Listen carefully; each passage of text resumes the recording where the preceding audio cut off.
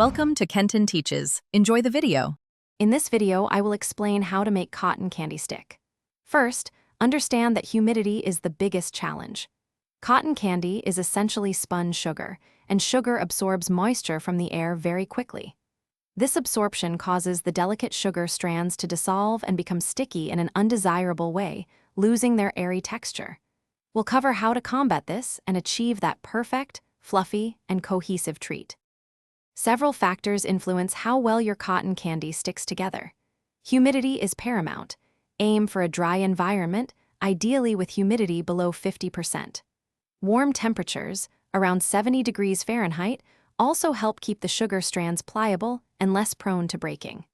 Using fresh sugar floss is also key, as older floss can be less effective at forming strong bonds.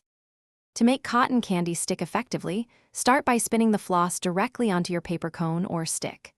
As the sugar strands emerge, gently rotate the cone, allowing the floss to wrap around itself. Apply light, consistent pressure as you gather more sugar, compacting it slightly.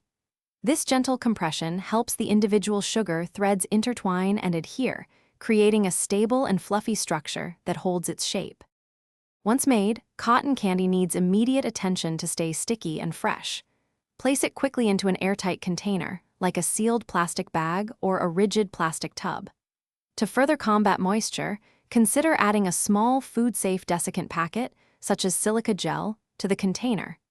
For the best experience, enjoy your cotton candy within a few hours of making it, as its delicate structure is temporary. Thanks for watching. Please subscribe if this video was helpful.